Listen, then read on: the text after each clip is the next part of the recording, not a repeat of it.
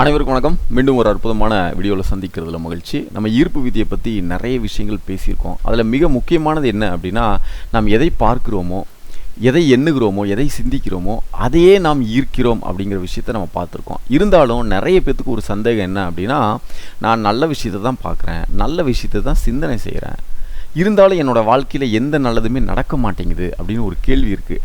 அந்த மாதிரி எதுவுமே நடக்கலை அப்படின்னு சொன்னால் அவங்களுக்கு தான் இந்த வீடியோவில் ஒரு புரிதல் வந்துருச்சுன்னு வச்சுக்கோங்களேன். நிச்சயமாக உங்கள் வாழ்க்கையில் நடக்கக்கூடிய நிறைய விஷயங்களில் நீங்கள் மாற்றத்தை பார்ப்பீங்க. குறிப்பிட்ட ஒரு சில நாட்கள்லையே நீங்கள் இதை கரெக்டாக இந்த வழிமுறையை நீங்கள் ஃபாலோ பண்ணிங்கன்னா ஓரிரு நாட்கள்லையே நல்ல ஒரு ரிசல்ட்டை நீங்கள் பார்க்க முடியும், நல்ல ஒரு மாற்றத்தை நம்ம பார்க்க முடியும். இப்போ ஒரு எக்ஸாம்பிளை நம்ம பார்த்துருவோம். நம்ம ஒரு படத்துக்கு போகிறோம், அந்த படத்தை கூர்ந்து நம்ம கவனிக்கிறோம், அந்த கதாபாத்திரமாகவே நம்ம மாறி விடுக்கிறோம்.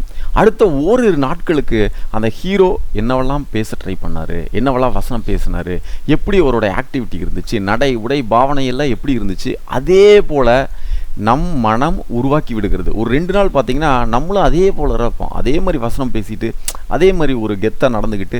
இது நம்மக்கிட்ட இயல்புலையே இருக்கக்கூடிய ஒரு விஷயந்தான். இங்கே என்ன நடக்குது அப்படின்னு பார்த்திங்கன்னா, நம்ம அந்த படத்தை உற்று கவனித்ததின் விளைவாக நம்ம படத்தை கவனிக்கிறோம்.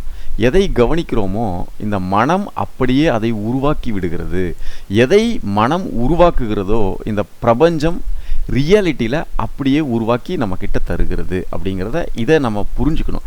சரி, இன்னொரு எக்ஸாம்பிள் பார்ப்போம். இன்னொரு எக்ஸாம்பிள் நம்ம பார்த்துருவோம். இது நம்ம வாழ்க்கையில் நிறைய பேர் உணர்ந்த ஒரு விஷயமா இருக்கும். நம்ம நிறைய நேரங்களில் காலையிலேருந்து சாயங்காலம் வரைக்கும் நிறைய வேலைகள் செய்வதனால நம்ம ஒரு மன அழுத்தத்துக்கு உண்டாகியிருப்போம்.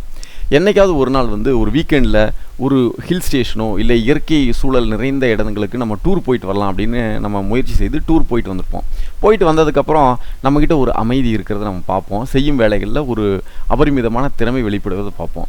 இது எதனால் நடந்துச்சு அப்படின்னு பார்த்தீங்கன்னா, அந்த ஹில் ஸ்டேஷனோ அந்த இயற்கை சூழல் நிறைந்த இடத்துக்கு நம்ம போகும் பொழுது நமக்கு தெரிந்தோ தெரியாமலோ அந்த அமைதியை நாம் உள்வாங்கியிருப்போம், அந்த அமைதியை நாம் கவனித்திருப்போம்.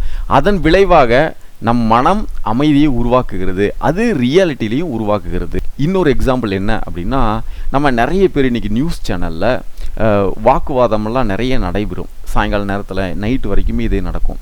நிறைய பேர் ஆர்கியூ பண்ணிக்கிட்டே இருப்பாங்க. இதை அடிக்கடி நம்ம கவனித்து கொண்டே இருக்கும் பொழுது நம்ம மனம் அதை உருவாக்கி விடுகிறது. நம்ம ரியாலிட்டியில் இதே போல் ஆர்கியூமெண்ட் பண்ணிக்கிட்டே இருப்போம். நமக்கு ஒரு அக அமைதியும் இருக்காது, ஒரு புற அமைதியும் இருக்காது. இது நம்ம நிறைய பேர் வாழ்க்கையில் நம்ம பார்ப்போம்.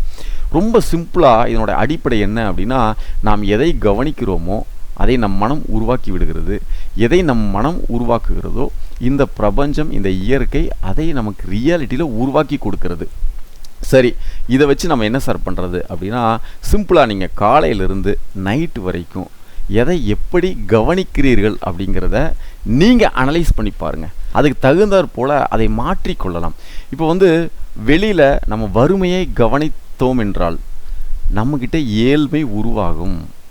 அதுதான் இந்த இயற்கை நம்மளுக்கு கொடுக்கும். அதே போல் பிரச்சனையை கவனித்தோம் என்றால் நம்மக்கிட்ட மன உளைச்சல் நிறையா கொடுக்கும், அது இந்த இயற்கை உருவாக்கி கொடுக்கும். அதே போல் நோயை கவனித்தோம் என்றால் நம்மக்கிட்ட ஆரோக்கியம் இருக்காது, திரும்பவும் நோய் சம்மந்தமான நிறைய விஷயங்கள் நம்மளுக்கு கிடைக்கிறதுக்கு வாய்ப்புகள் அதிகமாக இருக்கிறது. சரி, நம்ம என்ன தான் பண்ணுறது அப்படின்னா, இப்போ ஆரோக்கியம் வேணும் அப்படின்னு சொன்னால் நீங்கள் ஆரோக்கியத்தை கவனிக்க வேண்டும். எப்படி அப்படின்னு பாருங்களேன். இப்போ ஒரு பார்க்குக்கு போங்க, ஏதாவது ஸ்கூலுக்கு போங்க, எங்கேயாவது ஒரு சின்ன சின்ன குழந்தைகள் விளையாடுவதை நாம் கவனித்து கொண்டே இருக்க வேண்டும்.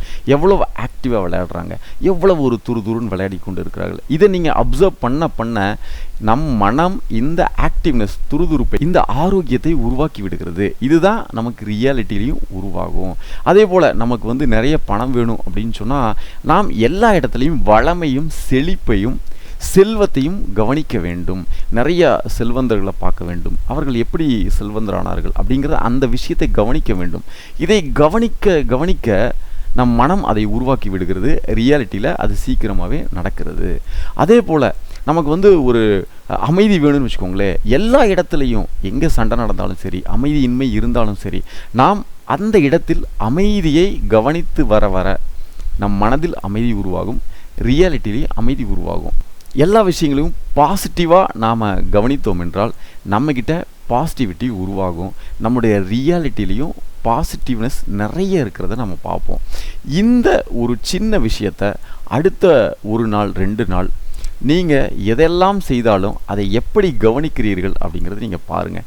ஏன் இந்த கவனம் மிக முக்கியம் அப்படின்னா, நம்ம பார்க்குறோம், இங்கே நான் இந்த புத்தகத்தை பார்க்குறேன்னு வச்சுக்கோங்களேன், என்னோடய கவனத்தை எங்கேயோ வைத்துக்கொண்டு இந்த புத்தகத்தை பார்க்க முடியும். அதே போல் இங்கே கவனம் தான் மிக முக்கியமே தவிர அந்த பார்வை அது இரண்டாவது தான் அப்படிங்கிறத நம்ம பார்க்குறோம். அப்போது உங்களது கவனம் எங்கே இருக்கிறது அப்படிங்கிறது நீங்கள் பாருங்கள். அதைத்தான் நீங்கள் ஒவ்வொரு நாளும் அட்ராக்ட் பண்ணி கொண்டு இருக்கிறீர்கள் அப்படிங்கிறது நீங்கள் புரிஞ்சுக்கலாம். சரி, இந்த வீடியோவிலிருந்து நீங்கள் எதை கவனித்தீர்கள் அப்படிங்கிறத உங்களுடைய ஒரு அனலைஸ் பண்ணி, இந்த வீடியோவிலேருந்து நான் இதை கவனிச்சிருக்கேன் அப்படின்னு நீங்கள் எதை கவனித்தாலும் அதை நீங்கள் கமெண்ட்டில் சொல்லுங்கள். மீண்டும் இன்னொரு அற்புதமான வீடியோவில் கூடிய சீக்கிரம் உங்களை சந்திக்கிறேன். அதுவரை நன்றி.